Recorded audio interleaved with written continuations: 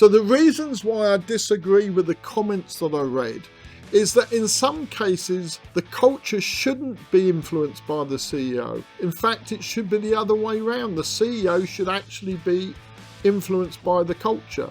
I'm Mike Harris and I help businesses to successfully grow their turnover and profit. In the last year alone, I have helped dozens of businesses at least double in size. And I work with small, medium and large businesses, including startups and multinationals. Today's episode isn't the one that I planned, but I saw something on LinkedIn yesterday that really annoyed me.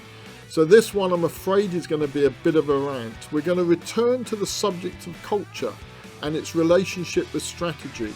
So join me as I let off a bit of steam and let's put the world to rights together. Hello and welcome to All You Leaders in Strategy. Welcome back. And as I said earlier, today's episode is prompted by something I read on LinkedIn yesterday. And what that was a quote that I saw from the CEO of Microsoft, Satya Nadella. And what he said was, I like to think that the C in CEO stands for culture. The CEO is the curator of an organization's culture. Anything is possible for a company when its culture is about listening, learning and harnessing individual passions and talents to the company's mission. So effectively what Satya is saying is that the CEO should be the keeper, manager and overseer of the company's culture. And to be honest, I don't argue with that. That's not what wound me up. That was fine. What wound me up was what I then saw people posting on LinkedIn and how they were taking that statement and interpreting it. And what they were saying is what Satya actually meant was that the business's culture must and can only be driven by the CEO from top down. And it was that annoyed me, and it was that prompted me to do today's podcast. I started to type up my response to those comments on LinkedIn. So I decided that I'd do an episode of the Leaders and Strategy podcast. So let's go. So the reasons why I disagree with the comments that I read is that in some cases, the culture shouldn't be influenced by the CEO. In fact, it should be the other way around. The CEO should actually be influenced by the culture. The logic, if you like, the premise that people were putting forward within their posts on LinkedIn was that the CEO is always right. But what if he isn't? And I've come across examples where I don't think the CEO was right. And let me take you through a couple of those just to make the point. So I worked for a business a number of years ago where we had a great CEO, but unfortunately he passed away. And they brought another guy in to take over. And this person decided he was going to change the company. Now, the company he came into had been in existence for hundreds of years. It had a very strong client base. It had a really strong culture, a culture of customer satisfaction, working with their clients, lots of repeat business. Now, the person who came in, what he wanted to change the business so it was effectively the same as the business he'd just come from. And the change he wanted to make was he didn't want repeat business. He wasn't bothered by repeat business. He felt there was enough customers out there that if he upset the current customer, he could just move on to the next one. He didn't want a culture of collaboration and working with clients on an open and honest basis. He wanted a culture of pushing for every penny, trying to get every item paid for, and a very aggressive financial method of operation. Now, I get the importance of cash flow, don't get me wrong, I've spoken about that on previous podcasts, but you need both. You need positive cash and you need long-term relationships with customers in order for a business to survive. Well, this guy didn't believe in that. He felt that there was enough businesses out there that he could just move on to a new customer every time. So he wanted to change the culture. And the problem was the people in the business wasn't wired the right way to implement the culture that he was bringing in. Even though if I agreed with his culture, which I don't, nonetheless, the people in the business were not the right people to implement it. So there was a clash, a real clash, and ultimately neither won. The CEO lasted about 4 years and he left the business, and the business went bust within 6 years because the change in the company was so rapid and so quick and so anti the customer that the customers just went away somewhere else. So whilst he thought there was plenty of other customers out there to get work from, the customers decided there was plenty of other companies to go and get their services from. So the company disappeared overnight. So that's in one example of where I don't believe the CEO was correct. He shouldn't have come in and wanted to change the company so radically, so quickly, and enforce his culture. Second example I've got is not quite the same, not quite so severe, but again, somebody came into a business that was long-standing. They wanted to make changes. Some of the changes they wanted to make was actually really good, and some of the changes that they wanted to do to the culture was actually really important because it needed to evolve and develop and modernize. So that, I think that was great, and I think that was all made sense. But the problem was they felt that they could implement it in a dictatorial way. They felt they could just drive it through the business. And basically anybody who disagreed with that, even though that they were very good, even though they'd been with the business a long time, even though they had a lot of strengths, it was either implement it my way, follow the culture that I want, do it this way, or leave. But he wasn't going to change or slow down his rate of progress. So again, the business went through a lot of internal confusion, a lot of internal strife, and ultimately it failed. And it failed because he was trying to implement it too quick. He left after a fairly short period of time. The business kind of reverted back to its old culture, and somebody was promoted up that followed that through. Luckily, the person who was promoted up understood the need for evolution and modernization, but he was able to do that in a way that didn't create that internal confusion and turmoil. So my first reason, as I say, that I don't agree with the statements I saw on LinkedIn is because I don't think that the culture should always be influenced by the CEO. I think there are times when the CEO should be buying into and understanding the culture. This episode is sponsored by Strategist Consulting, expert business and leadership consultancy for everyday businesses and professionals. What if the key to your business's next growth phase isn't a mystery, but a proven process? Is your business at the ceiling, with profits flat, daily chaos, and scaling up feeling like a risky leap? You're not alone, and you don't have to solve it alone. Strategist Consulting is your partner for structured, transformative growth.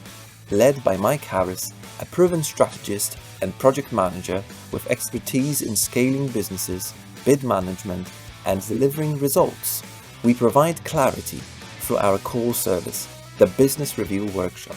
This isn't just advice, it's a deep dive analysis that delivers a clear, actionable roadmap. We identify your bottlenecks, uncover hidden opportunities, and give you the precise steps to move from stuck to strategic execution. Visit www.strategistconsulting.co.uk now and transform your business trajectory.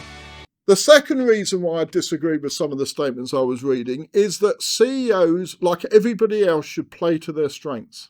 And that means in some cases, the CEO is not the best person to drive the culture.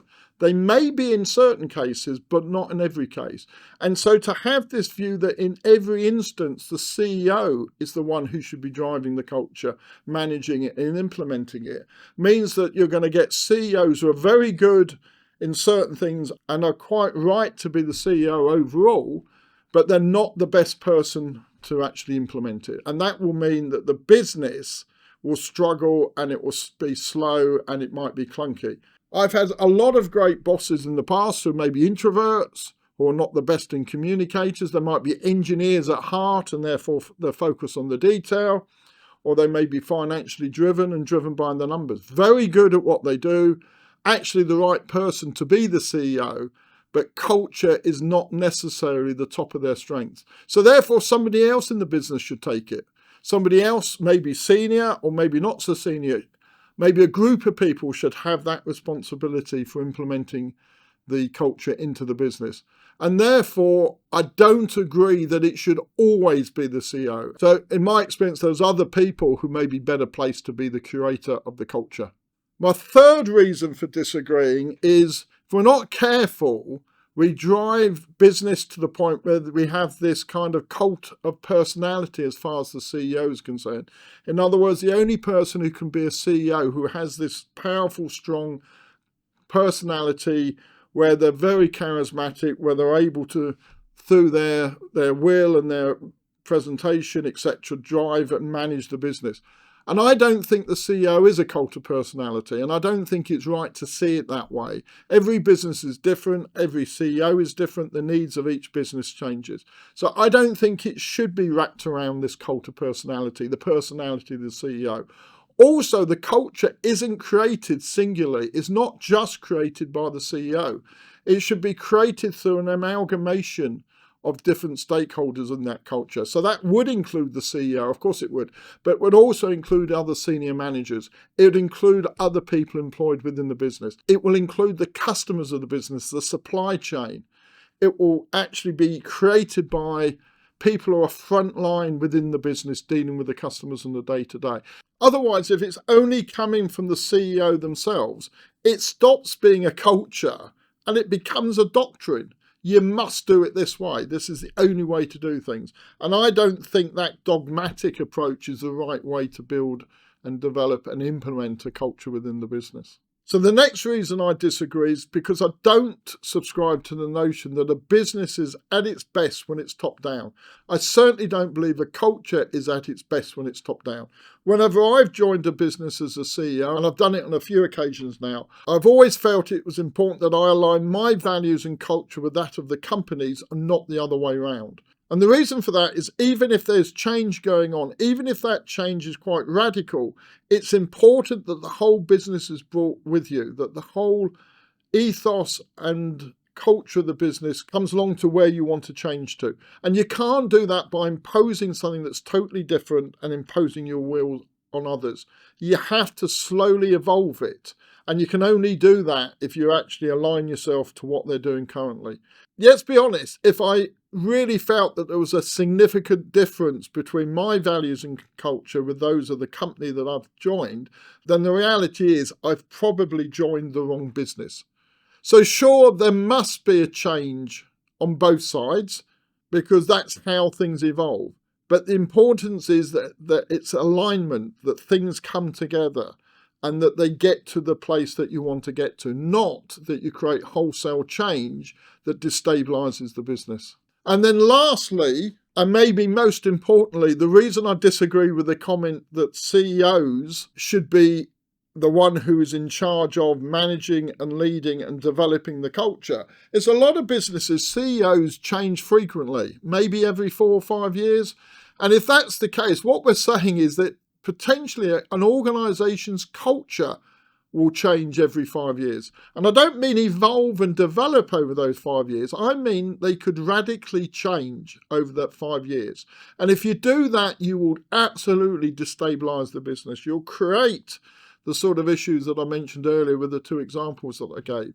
And if you're every 5 years drastically and radically changing an organization's culture, then you will confuse the employees, you'll confuse the customers, and inevitably good staff will leave and your clients will decide to go and work with somebody where it's more predictable and they feel it's more consistent.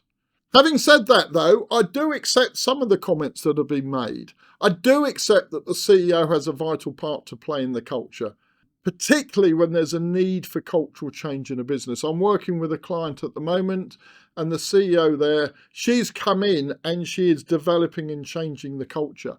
But what she's not doing is drastically changing it. She's taking elements of the culture that are there already and then developing them and taking it to the next level to develop and create a competitive advantage out of the culture.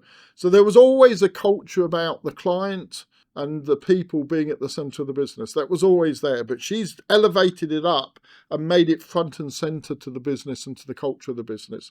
So there's a really good example of where a CEO has come in and is playing a vital part in a cultural change or a cultural development.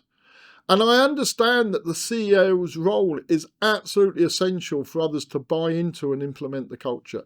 If the leadership and the CEO in particular is not following and believing and walking the walk, as they say, with regards to the culture, then why would others? Why would others take it on board themselves? So I get all of that, and I understand the importance of that leadership shadow. And I also accept that where the CEO or the founder or the entrepreneur is involved in a startup or a small business, then their influence is even greater. So I understand all of that. But as I said earlier, the bit I didn't understand was this constant, and I read many a post that said it, this constant belief that the C in CEO standing for culture was actually meaning that only the CEO can drive it, only the CEO can be responsible for it, and everybody else has to look upwards to that great, fantastic person to bring and develop the culture. That I totally disagree with. So there you go, rant over. So quickly, in summary, my belief is that in some cases the culture should influence the CEO, not always the other way around. The CEO should play to their strengths, and that does not always mean that they're the best person to drive the culture.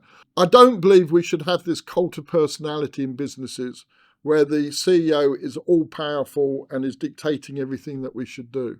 I certainly don't subscribe to the notion that a business is best when it's top down. And lastly, I think that because a lot of businesses change their CEO every 5 years, that the culture is one of the things that should remain fairly consistent, and it's the CEO that should be adapting to the culture, not changing it every time that there's a change at the top. Now for ongoing support, join our new Patreon community. Subscribe for exclusive content from the Leaders in Strategy podcast, downloadable resources like our annual business plan checklist, and access to a full business course. As a member, you'll get discounted rates on one-to-one workshops, the chance to have your business questions answered, and featured in special monthly podcast episodes. Let's strategize and let's execute. Join our Patreon now and become a leader in strategy yourself. So there you have it for today. I hope that all made sense. As you know, I like to set some homework. So my homework for today is this. Firstly, review your organization's culture. Look at who owns it. What role do you as a business leader have in the implementation and the curating of the culture? Are you effective, or maybe you're too dominant in the implementation of the culture? Maybe hold a workshop involving other key members of your team. And if you do, you might wish to use an external facilitator. And if that's the case, you know where I am. Make contact. I'd be more than delighted to help.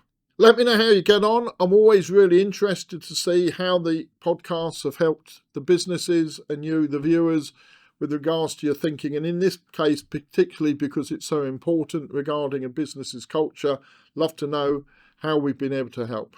And just a quick reminder of where you can find us. You can watch us on the Leaders in Strategy YouTube channel, listen to us on Spotify, Apple Podcast, Amazon Music, Podbean and Podchaser. And of course, we upload every episode onto my LinkedIn page and also onto the Strategist Consulting website. That's it for today. Thank you for joining us. Sorry for the rant, but I think it made for a great episode. And you'll join us again next time when we'll have another special guest looking at providing you with top advice to help you scale your business. I'll see you then.